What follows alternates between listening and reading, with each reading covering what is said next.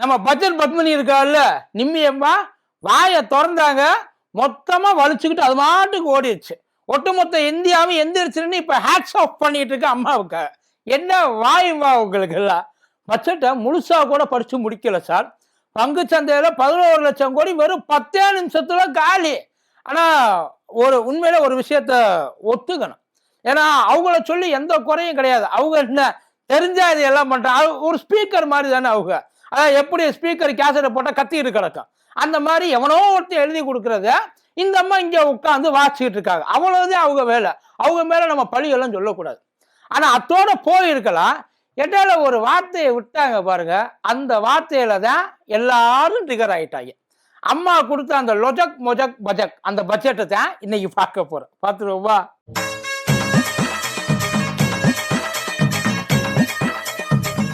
டயா booster சுகரை control பண்ணும், உங்க ஆரோக்கியத்தை மீட்டு தரும். சர்க்கரையை கட்டுப்படுத்துறதுக்கான எளிமையான வழிமுறை, இயற்கையான வழிமுறை. அனைத்து மருந்து கடைகளிலும் கிடைக்கும். மதியம் நேருக்கு வணக்கம். இது மதியம் தர்பார். நான் கூத்தடி கோப்பி. ஒவ்வொரு முறையும் பட்ஜெட் அம்மா தாக்கல் பண்றப்ப அம்மா தாக்கல் பண்ண பட்ஜெட்டை பத்தி பேசுறாங்களான்றது தெரியாது. ஆனா அந்த அம்மா கட்டியிருக்க புடவையை பத்தி பயங்கர டிஸ்கஷன் ஓடுனீங்களே. ஒன்றும் இல்லை, போன வருஷம் பட்ஜெட் தாக்கலப்ப பீகார் பட்டு கட்டிட்டு வந்து பட்ஜெட்டை தாக்கல் பண்ணாங்க. இந்த முறை பட்ஜெட்டை தாக்கல் பண்றப்ப தமிழ்நாட்டில் காஞ்சிபுரம் பட்டை கட்டிட்டு வந்து தாக்கல் பண்ணியிருக்காங்க. அதனால இந்த வருஷம் முழுக்க முழுக்க கண்டிப்பாக தமிழ்நாட்டுக்கு தள்ளுன்னு தள்ளுவாங்க பட்ஜெட்டில் அப்படின்னு எல்லாரும் நினச்சாங்க. ஏன்னா ஒவ்வொரு முறையும் பட்ஜெட்டில் தமிழ்நாட்டுக்கு என்ன மிச்சமாக இருக்குன்னு பார்த்தீங்கன்னா திருக்குறள் மட்டும்தான் மிச்சமாக இருக்கும். வேற எதையும் அவங்க பண்ண போகிறதில்ல. ஆனால் இந்த தடவை கண்டிப்பாக தேர்தலுக்காக எதையாச்சும் செய்வாங்க அப்படின்னு நினச்சி எல்லாரும் பயங்கரமாக பார்த்தாங்க சார். எல்லாருக்கும் ஒட்டு மொத்தமாக ஒரே மாதிரி அல்வாவை தூக்கி வாயில் வச்சுட்டு அவங்க மாட்டுக்கு போயிட்டாங்க. இது வரைக்கும் நான் உங்களுக்கு என்ன பண்ணியிருக்கேன், இனிமேல் நான் உங்களுக்கு என்ன பண்ண போகிறேன் அப்படின்ற மாதிரி தான் எல்லாத்துக்குமே இருந்துச்சு. ஆனால் ஒட்டுமொத்த இந்தியாவுக்குமே இது வந்து பெரிய ஒரு டிஸப்பாயின்மெண்ட் ஆகிப்போச்சு. ஏன் அப்படின்னா இந்தியா வளர்ச்சி பாதையை நோக்கி போயிட்டு இருக்குன்றாங்க. அதாவது பயங்கரமாக 7% நம்மளாம் வந்து உயர்ந்துட்டோம். முன்னாடி 6.3 இப்போ 7க்கு வந்துட்டோம். அடுத்ததெல்லாம் 2027 7.2க்கு போயிடும். இவ்வளவு வளர்ச்சியாக ஸ்ட்ராங்காக பொருளாதாரத்தை ஸ்டடியாக ரன் பண்ணிட்டு இருக்க கவர்மெண்ட்டு ஏன் சார் 16 லட்சம் கோடி ரூபா கடை வாங்குது? இல்லை, எனக்கு அது புரியல. நல்ல வசதியாக இருக்கே, வாழ்கிறேன். அப்போ உங்கள் பொழப்பு பூரா கடை வாங்கி தான் ஓடிக்கிட்டு இருக்கு இல்லையா? இங்கேருந்து இருக்கிறதுலேருந்து என்ன எடுத்துருக்கோம், என்ன செஞ்சு அப்படி நீங்கள் பயங்கரமாக நாங்கள் மக்களுக்கு செஞ்சுருக்கோம் எதையாச்சும் ஒன்று சொல்லுங்களேன். இது வரைக்கும் பண்ணதில்லை. கேட்டால் புல்லட் ட்ரெயின் விட்டேம்பாங்க. முதல்ல பேசஞ்சர் ட்ரெயினை ஒழுங்காக விடுங்க, அதுக்கப்புறம் புல்லட் ட்ரெயின், ராக்கெட் ட்ரெயின், இன்னும் என்னென்ன ட்ரெயின் எல்லாம் எல்லாத்தையும் சேர்த்து விடுவோம். முதல்ல பேசஞ்சர் ட்ரெயினை விடுக்க. என்ன இது வரைக்கும் நாட்டு மக்களுக்கு நீங்கள் இலவசமாக கொடுத்துருக்கீங்க நீங்கள் கடை வாங்குறதுக்கு சொல்லுங்க பார்ப்போம். அதான் ஏதாச்சும் ஒன்று இவங்களுக்கு வந்து நான் பண்ணியிருக்கேன், மருத்துவம் ஃப்ரீயாக இருக்குது, கல்வி ஃப்ரீயாக இருக்குது, வேலை வாய்ப்பை நாங்கள் இன்க்ரீஸ் பண்ணியிருக்கோம், இந்த வேலை வாய்ப்பை இன்க்ரீஸ் பண்ணுறதுக்காக இந்த கம்பெனிஸ்க்கெல்லாம் நாங்கள் வந்து சலுகை கொடுத்துருக்கோம். கம்பெனிஸ்க்கு சலுகை கொடுத்தது வரைக்கும் சரி, அது மூலியமாக எங்களுக்கு என்ன கிடச்சது? அதான் சார், பட்ஜெட்டுன்றது மேலே இருக்கிறவனை மட்டும் பார்க்கறது இல்லை, இவங்க மேலே இருக்கிறவனே பார்த்துக்கிட்டு இருக்காங்க, கீழே இருக்கிறவனை சீண்ட கூட மாட்டேன்றாங்க. இந்த லட்சணத்தில் நான் ஒன்று இந்த இடத்துல பயங்கரமாக இதுவாயிட்டேன். நான் ஒன்று அந்த மாதிரி ஆள்லாம் கிடையாது. அவருக்கு எனக்கு நிறைய வித்தியாசம் இருக்குது. போய் அவர் கூட என்னைய கம்பேர் பண்ணுறீங்க? யார்? மன்மோகன் சிங் கூட மாசி பட்ஜெட் தாக்கல் பண்ணார் இல்லையா? மன்மோகன் சிங் பண்ணார் பார்த்தீங்களா? அதுக்கு பேர் பட்ஜெட்டு. பாசி தாக்கல் பண்ணார் பார்த்தீங்களா? அதுக்கு பேர் பட்ஜெட்டு. ப. சிதம்பரம். இந்த நீசி தாக்கல் பண்ணுச்சு பார்த்தீங்களா? அதை நிர்மலா சீதாராமன். இது தாக்கல் பண்ணதுக்கு பேர் பட்ஜெட்டா சார்? நல்லா அதான் ஓட்டச்சாக்கில் எவ்வளோ வளர்ந்து போட்டாலும் உள்ளுக்குள்ளே ஒன்றும் கொள்ளாது இல்லையா? அதே தான் இங்கேயும். இப்போ நிர்மலா சீதாராமன் அம்மையார் போட்ட அந்த பட்ஜெட்டை யாருக்கு வந்து ஆதரவாக இருக்குது அப்படின்னு சொல்லி எவனாலையும் கணிக்கவே முடியலை. அப்படி ஒரு விடுகதையை போட்டு போயிருக்காங்க அந்த பக்கம். ஒன்றும் இல்லை, இப்போ இங்கே மேம்போக்காக பார்த்தீங்க அப்படின்னா தமிழ்நாட்டோட அந்த ரயில் தடம், அதாவது சென்னை டு பெங்களூரு, சென்னை டு ஆந்திரா, இதெல்லாம் வந்து நாங்கள் உங்களுக்கு போட்டு தரோம். அது இல்லாமல் ஆதிச்சநல்லூரில் வந்து உங்களுக்கு ஒரு கலாச்சார இது ஏற்கனவே மியூசியம் இருக்குது, கலாச்சார இதை வந்து நாங்கள் வந்து பண்ண போகிறோம்.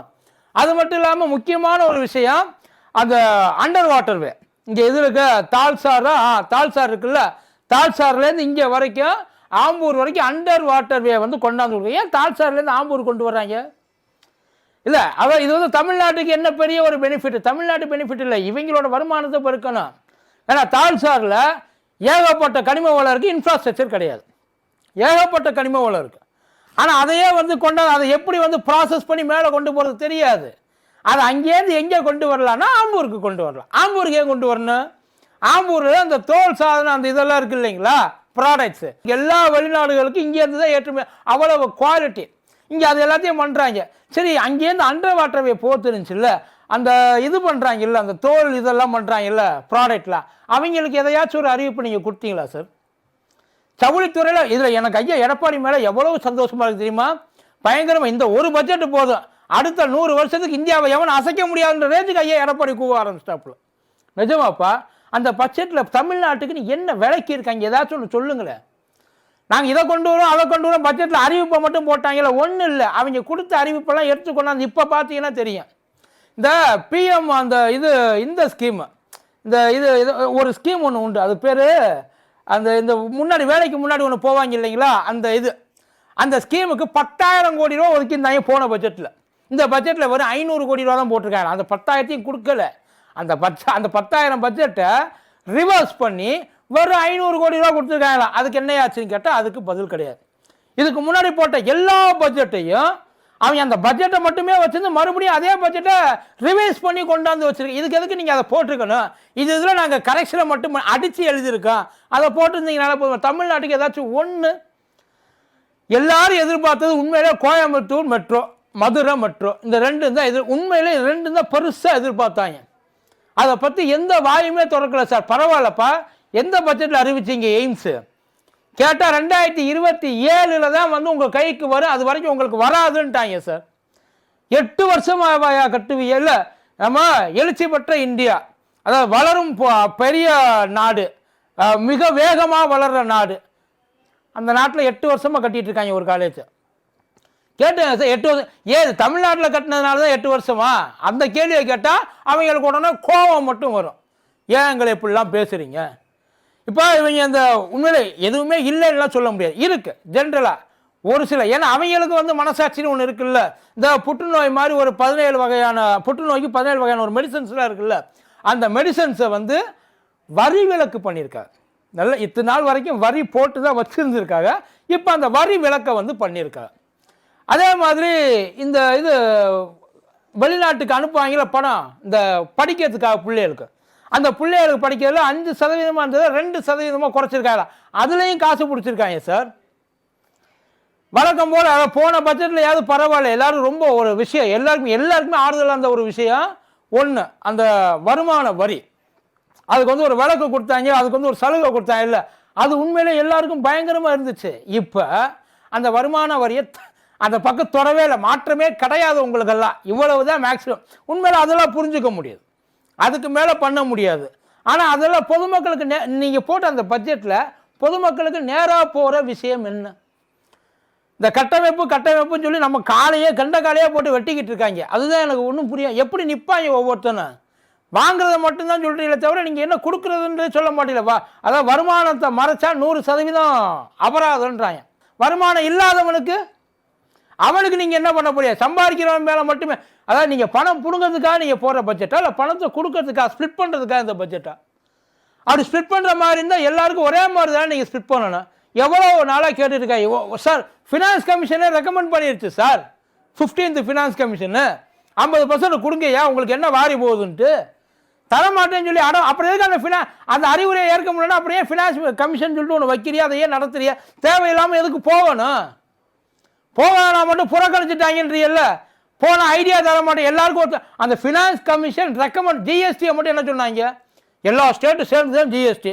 அதே மாதிரி எல்லா ஸ்டேட்டும் சேர்ந்து தானே அந்த ஃபினான்ஸ் கமிஷன் ரெக்கமெண்ட் பண்ணியிருக்கு. பண்ண வேண்டியது தானே? ஏன் பண்ண மாட்டேன்றோம்? ஏன்னா பண்ணிவிட்டு அதுக்கப்புறம் அவங்க கைக்குள்ளே நம்ம போவோம், அதை நம்ம பிடுங்க முடியாதுல்ல. நமக்கு தேவையானது எதுவும் அவங்களுக்குள்ளே கிடைக்காது. இவ்வளவுதான் சார். இதை ரொம்ப அதை எல்லாரும் எதிர்பார்த்தது ஒன்று தான் சார். இந்த கோல்டுக்கும் சில்வருக்கும் எதையாச்சும் ஒன்று இவங்க பண்ணுவாங்களா? அநியாயத்துக்கு இப்படி ஏறி போய் கிடக்க, அதை பற்றி வாயவே திறக்கலை. எல்லா மக்களோட யோசனை. ஏன்னா எல்லாரும் இருக்கிற பொம்பளை பிள்ளைய வச்சுருக்காங்க. ஐயா ஆம்பளை பிள்ளை வச்சுருந்தா கல்யாணம்னு ஒன்று பண்ணணுமா இல்லையா? கல்யாணத்தை தங்கம்னு எழுதி தங்கத்தின் பேரில் கல்யாணம் பண்ண எழுதி தாலி கட்ட முடியும்? இப்போ அப்படி தானே நிலைமை இருக்குது. அதை பற்றி எந்த அறிவிப்புமே கிடையாது. ஒன்றும் இல்லை. அதை விட பெரிய பிரச்சனை இங்கேருந்து இருக்கிற அந்த எக்ஸ்போர்ட்டர்ஸுக்கு. அந்த எக்ஸ்போர்ட்டர்ஸ்க்கு என்ன பிரச்சனை? யூஎஸில் அவன் அங்கே ஒரு கிறுக்க உட்காந்துருக்கான்ல, அவன் போட்டு அவன் இஷ்டத்துக்கு நினச்ச நம்பரை போட்டு இதுதான் வரின்ட்டு போட்டு அடிச்சுக்கிட்டு இருக்காப்புல. அதுக்கு என்ன வழின்னு பார்த்தா அதுக்கு தான் நாங்கள் ஐரோப்பிய யூனியன் ஒன்று ஆரம்பிச்சிருக்கோம்ல, கவலைப்படாதே, இதுக்கு அது தீர்வாகும். அது வரப்போகிறதே 2027 தான்ப்பா. அது ப்ராசஸ் ஆகி முழுசாக வந்து எக்ஸிக்யூஷன் அதெல்லாம் முடியுமான்றதும் தெரியல. ஆனால் அதுக்கடையில் 2 வருஷத்துக்கு என்ன பண்ணுவாங்க? இப்போ 2026 2027 பட்ஜெட் முடிஞ்சதுக்கப்புறம் அதெல்லாம் வந்து எண்டுக்கு போயிடும். அப்போ 2 வருஷம் வரைக்கும் அவங்களோட நிலைமை ஒன்றில். திருப்பூர், கோயம்புத்தூர், கரூரில் முக்கியமான இது ஜவுளி வியாபாரம். ஜவுளி வியாபாரத்துக்கு நம்ம என்ன பண்ணோம்? என்ன செஞ்சிருக்கிய ஜவுளி வியாபாரத்துக்கு? சார், இருக்கிற எல்லா ஊருக்கு இருக்கிற ஒரு பிரச்சனை எம்எஸ்எம்இ. இந்தியாவில் இருக்க எல்லா ஸ்டேட்டுக்கும் இந்தியாவில் உள்ள மொத்த ஸ்டேட்டுக்கும் 10,000 கோடி ரூபா கொடுக்குறாங்களாம். மொத்த ஸ்டேட்டில் இருக்க எம்எஸ்எம்இக்கு 10,000 கோடி ரூபா கொடுக்குறாங்க. நல்ல பெரிய பிளேட்டை வச்சு ஒத்த பருக்கையை போட்டு நல்லா சாப்பிட்றான்னு சொன்னால் எப்படி இருக்குது? அந்த மாதிரி தானே இருக்குது. இதை யாராச்சும் வரவேற்கிறாங்களா சார்? அதான் அரசியல் பண்ணுறது வேற சார். யாருக்காக அரசியல் பண்ணுறோம்? இதையும் கூட்டணி தர்மன்றுவாங்க. ஆகா ஓகோ இப்படியெல்லாம் தான் விற்கிட்டு பார்த்து எங்கே போகும்? விற்கிட்டு தான் சாவும். இவங்க காலி பாட்டிலாம் வச்சு தெரிஞ்சுக்கிட்டு இருக்காங்க. பாட்டில் தண்ணியே இல்லை, தண்ணி இருக்கிற மாதிரி ஊற்றி ஆச்சான்றாங்க. அது நின்று போனதுக்கப்புறம் முழுசாக போச்சு. அப்புறம் தான் அவங்களுக்கு தெரிய வரும். இதெல்லாம் தான் பண்ணியிருக்கேன். இன்னும் நிறைய அந்த ஒன்றும் பெருசு உண்மையாக இந்த சுந்தரராஜன் காமெடி தான். என்ன பார்க்குறாதுல 1 லட்சம் போட்டு காலையிலேருந்து சாயங்காலம் வரையும் பார்த்துக்கிட்டு இருக்கட்டா, ஏதாச்சும் ஒன்று சொல்லுங்கப்பா. 1.5 மணி நேரத்தில் எப்படி சார் ஒட்டுமொத்த இந்தியாவுக்கான விளக்கத்தையும் அவர் இதை பண்ண அவங்க சொன்ன அந்த இது என்ன தெரியுமா? ரொம்ப சிம்பிள். இந்தியாவை வளர்ச்சி பாதைக்கு நாங்கள் கொண்டு போவோம், நீடித்த வளர்ச்சியை நாங்கள் நிப்பாட்டுவோம். அது மட்டும் இல்லாமல் நாங்கள் வேலை வாய்ப்பை உருவாக்குவோம், உற்பத்தி திறனை உருவாக்குவோம். 10-12 வருஷமாக இதைத்தான் சொல்லுவீங்களா? இது 9வது முறை வரை அந்த அம்மா மொத்த பள்ளியும் அந்த அம்மா தலையில் இறக்கிட்டாங்க. அதான் இவங்களுக்கெல்லாம் ஒரு அடிதாங்கியாக தான் அந்த அம்மா உட்கார்ந்துருக்கா. பாவம். லாஸ்ட் ஒரு 3-4 மாதம் எங்கேயாச்சும் வெளியில் வந்து பார்த்துருக்கிறேன் அந்த அம்மாவை. அந்த அம்மாவுக்கே உள்ளுக்குள்ளே தோணும், ஒன்றுமே இல்லையே, இது நம்ம எப்படி பில்டப் பண்ண போகிறோம்? யோசிச்சிருப்பாங்கல்ல. இதெல்லாம் தான் நடந்தது. இந்த பட்ஜெட்டு எந்த அளவுக்கு வந்து உங்களுக்கு ரொம்ப பிடிச்ச ஒரு பட்ஜெட்டாக மாறி இருக்குது சொல்லுங்க பார்ப்போம். நன்றி.